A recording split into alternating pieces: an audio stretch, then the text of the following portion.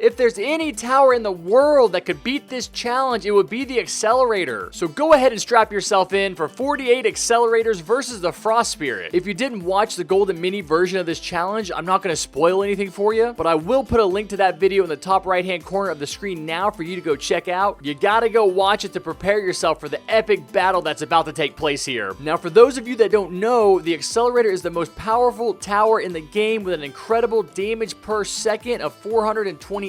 This is so much more DPS than any other tower. That's probably why to get this tower, you have to buy it for 2,500 hardcore gems, or you could do what I did and use Robux to pay to win. The second most powerful tower in the game by DPS is the Ace Pilot, coming in at 190, but it really doesn't get up to that much since it's always circling and can't keep constant fire on the enemy. So I think the most powerful tower besides the Accelerator that can do constant damage is the turret, coming in at 125 DPS. So if we lose with the Accelerator, I don't see how we can win with anything else. And yes, it is a super powerful tower, but that doesn't come without a cost. It has a very annoying cooldown period where it just stops firing and waves at the zombies. Like, what is that all about? So even though it does a lot of damage, an enemy like the Frost Spirit can get away from it pretty quickly. This means we're going to have to use all the extra cash we have on the final wave, rotating our towers to ensure we keep doing constant damage. Another handicap of this tower is the fact that it has a placement limit. Each player can only place 8 down on the field of battle at any one time. This is why we only have a total of 48 accelerators, whereas with the Golden Minigunners we had 90, because the Mini does not have a placement limit. This means it's even more important than ever to have our Accelerator army set up correctly by the time the final wave starts. We have got to start doing damage as soon as the Frost Spirit spawns. This means the entire right side of this middle area has to be full of accels. Now, one key thing that we had to do differently here from the Minigunner game was actually place Minigunners until we could get enough money to place accelerators. And even when that happened, we couldn't sell our minis until our accels were strong enough to kill the enemies. We also had to use some pyros to help us get money to place the minis, but as soon as our Accelerator army was strong enough, we went ahead and sold the pyros and the Minigunners. And again,